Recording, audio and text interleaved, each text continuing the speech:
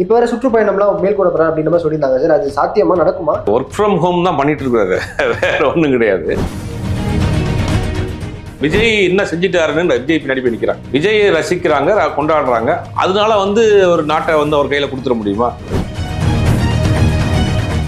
எல்லா கட்சிகளுமே இந்த பெரியார் சம்பந்தப்பட்ட விஷயத்துக்கு எதிர்ப்பு தெரிவிச்சிருக்காங்க, அறிக்கை கொடுத்துருக்காங்க. ஏன் விஜய் இது வரைக்கும் வாயை திறக்கல? இத்தனைக்கும் அவருடைய கட்சியுடைய கொள்கை தலைவருங்கிறார். கத்தியை திட்டுற மாதிரி படத்தை திட்டிட்டு இருக்கீங்களே, படம் நல்லா இல்லைன்னா உங்களே திட்டுவோம்னு சொல்லி நிறைய பேர் லைக்காவையும் மகிழ் திருமணி கேட்டுட்டு இருக்காங்க. பட் படம் எப்போ வருங்கிறது தான் இப்போ அவங்க டேட் ஒன்று சொல்லியிருக்காங்க. அதுவுமே கன்ஃபார்மாங்கிறது இன்னைக்கு வரைக்கும் நமக்கு தெரியாது. ஏன்னா அது 1000 சிக்கல்கள் பிரச்சனைகள் போயிட்டு இருக்கு. பகவந்த் கேசரி படத்தை விஜய் 5 வாட்டி பார்த்துட்டாப்ல. அந்த படத்தை ரீமேக் பண்ணணும்னு சொல்லி அபிஷியலா டாக்டர்லாம் பேசினாரு. பகவந்த் கேசரி படத்தினுடைய ரீமேக் ரைட்ஸை வாங்கியிருக்காங்க. 69 பண்ற ப்ரொடியூசர் தான் வாங்கியிருக்கிறாரு. விஜயை பொறுத்த வரைக்கும் அவருடைய அரசியல் எதிர்காலம் 26க்கு பிறகு தெரிஞ்சிடும். இங்கே இருக்கலாமா, திருப்பி துபாக்கியே போலாமாங்கிறது தேர்தல் முடிவுகளில் தெரிஞ்சிடும். இப்போ இருக்கக்கூடிய சுச்சுவேஷன்லாம் அரசியல் கால்குலேஷன்லாம் வச்சு பார்க்குற படத்தில் கண்டினியூவா திருப்பி நடிப்பாரு தான் தோணும். அண்ட் விஜய் அவர்கள் நிறைய பேர் விமர்சனம் வைக்கிறது என்னன்னா, ஒர்க் ஃப்ரம் ஹோம் ஆஃபீஸ் மாதிரி ஒர்க் ஃப்ரம் ஹோம் அரசியல் பண்ணிட்டு இருக்காப்ல. வீட்லயே இருந்துட்டு ட்வீட் மட்டும் போடுறாரு, களத்தில் இறங்க மாட்டாரு. இப்போ வேற சுற்றுப்பயணம்லாம் மேற்கொள்ள போறாரு அப்படின்ற மாதிரி சொல்லியிருந்தாங்க சார். அது சாத்தியமா நடக்குமா? ஏன்னா அது பிளான் வச்சிருக்காங்க. இல்லை, ஒர்க் ஃப்ரம் ஹோம் தான் பண்ணிட்டு இருக்காரு, வேற ஒன்றும் கிடையாது. எப்பயுமே தலைவர்கள் களத்துல இருந்து வந்தா தான் அது ரொம்ப லாங் ஸ்டாண்ட் நிற்க முடியும். ஒரு பிரச்சனையின் அடிப்படையில், ஒரு போராட்டத்தின் அடிப்படையில் அதுல இருந்து ஒரு தலைவராக வர்றாங்கன்னா தான் அது நம்ம லாங் ஸ்டாண்ட் நிற்க முடியும். இப்போ விஜய் என்ன செஞ்சுட்டாருன்னு விஜய் பின்னாடி போய் நிற்கிறாங்க. விஜயை ரசிக்கிறாங்க, கொண்டாடுறாங்க. அதனால ஒரு நாட்டை அவர் கையில் கொடுத்துட முடியுமா? ஒரு நாட்டினுடைய வேலை அவர் முதலமைச்சர் ஆக முடியுமா அப்படின்னு பார்க்க வேண்டியது இருக்கு இல்லையா? என்ன தத்துவம் சொல்லியிருக்கு அதிமுக திமுக கடந்த 50 வருஷமா சொல்லிட்டு இருக்கக்கூடிய திராவிடமும் தமிழ் தேசியமும் இவர் கண்ணு அப்படின்ற அதைத்தான் சொல்லிட்டு வர்றாரு. அப்போ அதைத்தான் செய்யறதுக்கு அந்த கட்சி இருக்கு. 2 கட்சியும் 50 வருஷமா பண்ணிட்டு இருக்காங்களே.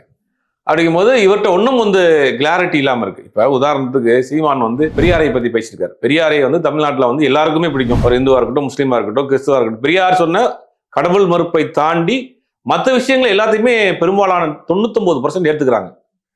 பெண் உரிமையா இருக்கட்டும், சமத்துவமா இருக்கட்டும், எல்லா விஷயங்களும் பெரியார் சொன்ன கருத்துக்களை ஏற்றுக்கிறாங்க. அப்படி அந்த பெரியார் வழியில தான் 50 வருஷமா தமிழ்நாட்டில் ஆட்சி நடந்துட்டு இருக்கு. அதிமுக இருக்கட்டும், திமுக இருக்கட்டும், எல்லா கட்சிகளுமே இந்த பெரியார் சம்பந்தப்பட்ட விஷயத்துக்கு எதிர்ப்பு தெரிவிச்சிருக்காங்க, அறிக்கை கொடுத்துருக்காங்க. ஏன் விஜய் இது வரைக்கும் வாயை திறக்கல? இத்தனைக்கும் அவருடைய கட்சியுடைய கொள்கை தலைவருங்கிறார். இது வரைக்கும் அவர் அதை பத்தி பேசல. அதை விட்டுட்டு சம்பந்தமே இல்லாம இப்ப போய் நீட்டை பத்தி பேசிட்டு இருக்காரு. அப்போ ஒன்றும் அரசியல் புரிதல் இல்லாத ஒரு சூழ்நிலையில் தான் இருக்கிறாரு.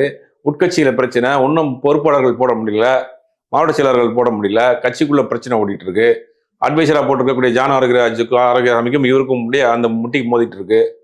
அப்படிங்கும் போது இந்த மாதிரியான சுச்சுவேஷன் போறப்ப போன மாசம் ஒரு சர்வே எடுத்து பார்த்துருக்காங்க. 6%க்கு மேலே தாண்டாது அப்படிங்கிற மாதிரியான கருத்து கணிப்பும் வந்திருக்கு. அப்படிங்கும் போது 26ல திருப்பி நடிக்க வர்றதுக்கு தான் வாய்ப்பு அதிகமா இருக்கும். அண்ட் இப்போ என்ன சொல்றாங்கன்னா, அந்த நிர்வாகிகள்லாம் தேர்ந்தெடுக்கப்பட்டாங்கன்னா வெறும் 4 ஆண்டுகள் மட்டும்தான் அவங்களுக்கான பதவி இருக்கும். அதுக்கப்புறம் மறுபடியும் பிளான் பண்ணி நாங்கள் வேற ஆளை மாற்றுவோம் அப்படின்னும் போது உள்ள இருக்கவங்களே பயப்படுவாங்களா சார்? 4 வருஷத்துக்கு அப்புறம் மறுபடியும் சேஞ்ச் பண்ணீங்கன்னா அப்போ நாங்கள் என்ன போடுறது, மறுபடியும் முதல்ல ஆரம்பிக்கணுமா அப்படின்னு ஒரு கேள்வி, குழப்பங்கள் ஏற்பட்டுட்டே இருக்கு சார். அந்த குழப்பம் பெரிய குழப்பம். அது கால நிர்ணயம் பண்றதுக்குன்னு ஆஃபீஸ் ஸ்டாஃப் அது ஒரு மேனேஜர் 3 வருஷம் தான் இருப்பாரு, அப்புறம் டிரான்ஸ்ஃபர் பண்ணிடுவோன்றதுலாம் கம்பெனிஸ்க்கு கரெக்டா இருக்கும். ஒரு அரசியல் கட்சிக்கு எப்படி பதவி கொடுப்பாங்க?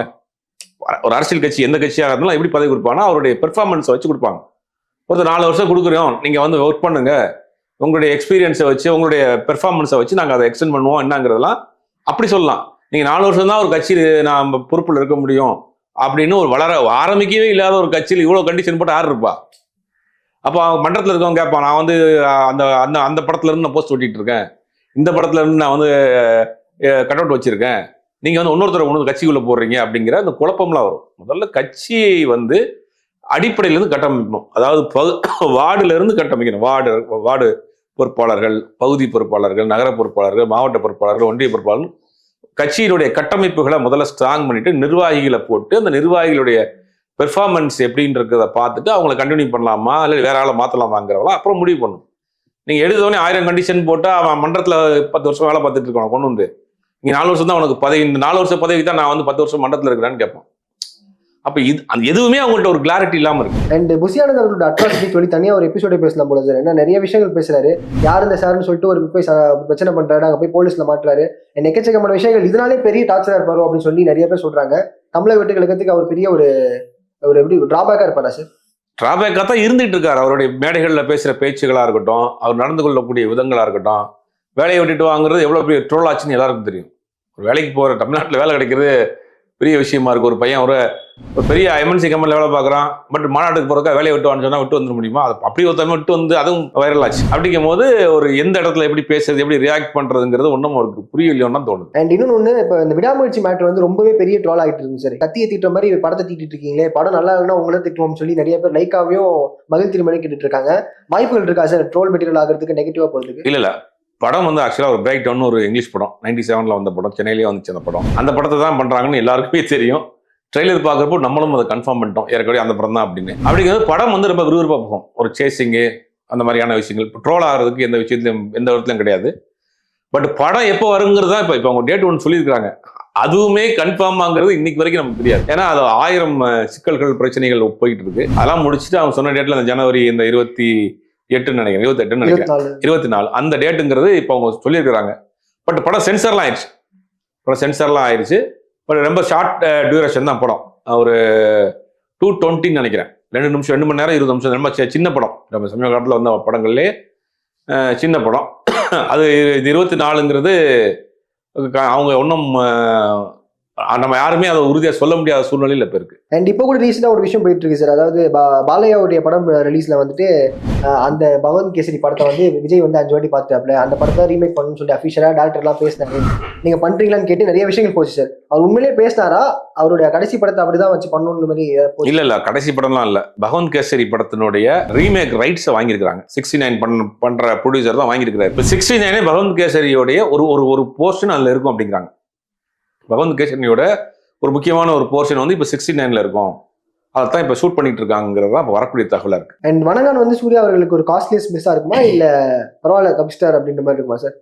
இல்ல சூர்யா பண்ணியிருந்தாருன்னா அது வேற மாதிரி பண்ணியிருப்பாரு. சூர்யாவுக்காக வேற சேஞ்சஸ் பண்ணியிருப்பாங்க, வேற மாதிரி பண்ணியிருப்பாங்க. சூர்யாவுக்காக எழுதப்பட்ட ஸ்கிரிப்ட் இன்டர்வல் வரைக்கும் வேற இது நிறைய சேஞ்சஸ் பண்ணியிருக்காங்க. அருண் விஜய் உள்ள வந்த பிறகு கதையினுடைய இதெல்லாம் மாற்றிருக்காங்க, ஸ்கிரிப்ட் மாற்றிருக்காங்க.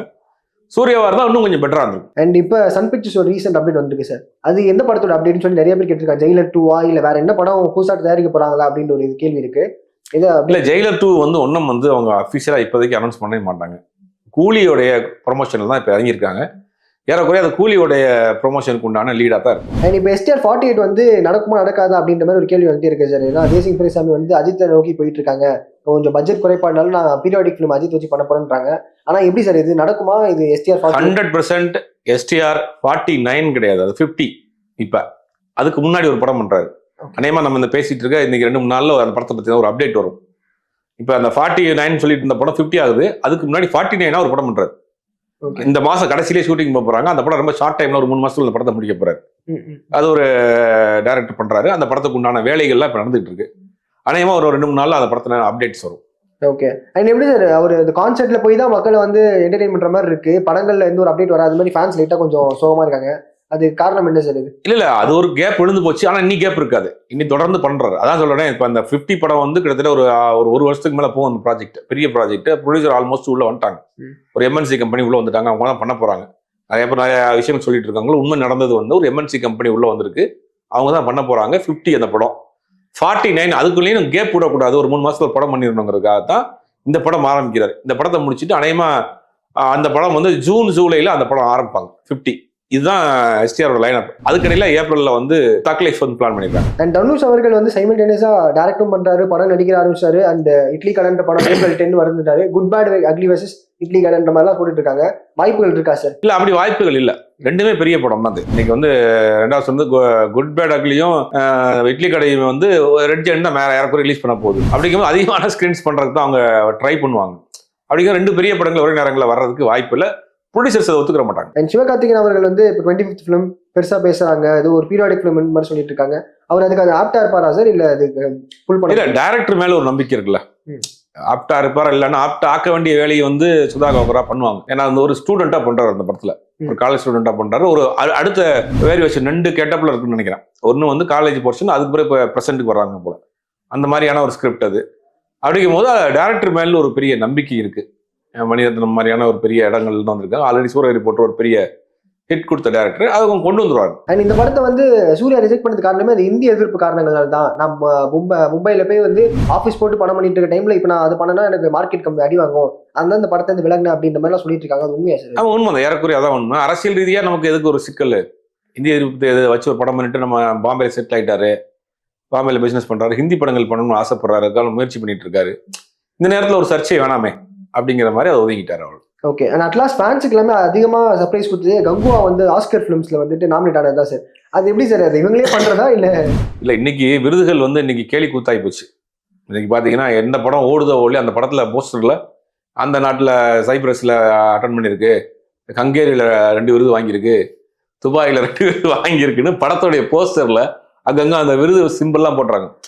படம் எப்படி டால்பி டிடிஎஸ் 5.1ங்கிற மாதிரி இது வந்து அது ஒரு பேன் இண்டியா கதை தான் இதெல்லாம். அப்போ உலக நாடுகளில் எல்லாமே வந்து ஒரு அமைப்புகள் இருக்கும். இப்போ பொங்கல் தீபாவளியில் வந்து தமிழ்நாட்டில் வந்து நம்ம காமராஜர் ரங்கம் கலைவரம் ரங்கத்தெல்லாம் வந்து விருதுகள் கொடுப்பாங்க. சில ஃபைன் ஆர்ட்ஸ் கம்பெனி வச்சு தொழிலதிபர்கள், இளம் தொழிலதிபர்கள் அவங்களுக்குலாம் விருது கொடுப்பாங்க. அதெல்லாம் எப்படி அந்த விருதுகள்லாம் எப்படி கொடுக்குறாங்க, சில பேருக்கு டாக்டரேட் கொடுப்பாங்க, அதெல்லாம் எப்படி கொடுக்குறாங்கன்னு எல்லாருக்கும் பெரும்பாலான ஆட்களுக்கு தெரியும். அப்போ உலக நாடுகளில் ஏதாவது ஒரு அமைப்புகள் வந்து ஒரு இந்த மாதிரியான ஃபெஸ்டிவல்ஸ் நடத்துவாங்க, ப்ரைவேட் ஃபெஸ்டிவல்ஸ். அதுக்கு அந்த நாட்டில் நம்ம படத்தை அனுப்பிச்சோம்னா, ஒரு பணத்தை கட்டி அமைச்சோம்னா அந்த படத்தை ஸ்க்ரீன் பண்ணுவாங்க. அது போகிறவங்களுக்கு அட்டன் பண்ணாலே அது ஏதாவது ஆறுதல் பரிசு மாதிரி இந்த குழந்தைங்களுக்கு கொடுக்குற மாதிரி ஒன்று வாங்கிட்டு வந்துடுறாங்க. அது ஒரு படி மேலே போய் இன்னைக்கு வந்து ஆஸ்காரே வந்து விமர்சனத்துக்குள்ளா இருக்கு. RRR படத்துக்கு நாக்கு பாட்டுக்கு ஆஸ்கார் கொடுத்துருக்காங்க. அந்த மியூசிக் டைரக்டரே சொல்றாரு இந்த படத்துக்கு வந்து எப்படி ஆஸ்கார் கொடுத்தாங்கன்னு எனக்கே தெரியல. அப்ப அந்த படத்துக்கு பின்னாடி ஒரு அரசியல் இருக்கு, அந்த படத்துக்கு பின்னாடி ஒரு மிகப்பெரிய அளவு ஒரு ப்ரொமோஷன் ஆகினாங்க. பல கோடிகளை செலவழிச்சு நியூயார்க்ல போய் தங்கி இருந்து அந்த டீம் வந்து அதை வந்து ப்ரொமோஷன் பண்ணாங்க. உலக அளவில் விருதுகள் வந்து இன்னைக்கு வந்து ஒரு அரசியல் ஆயிப்போச்சு. அப்ப இந்த படம் நாமினி ஆயிருக்கு, பட் அது வின் பண்ணுமா என்னங்கிறதெல்லாம் பொறுத்துன்னு தான் பார்க்கணும். சூப்பர் சார், நன்றி சார். நன்றி.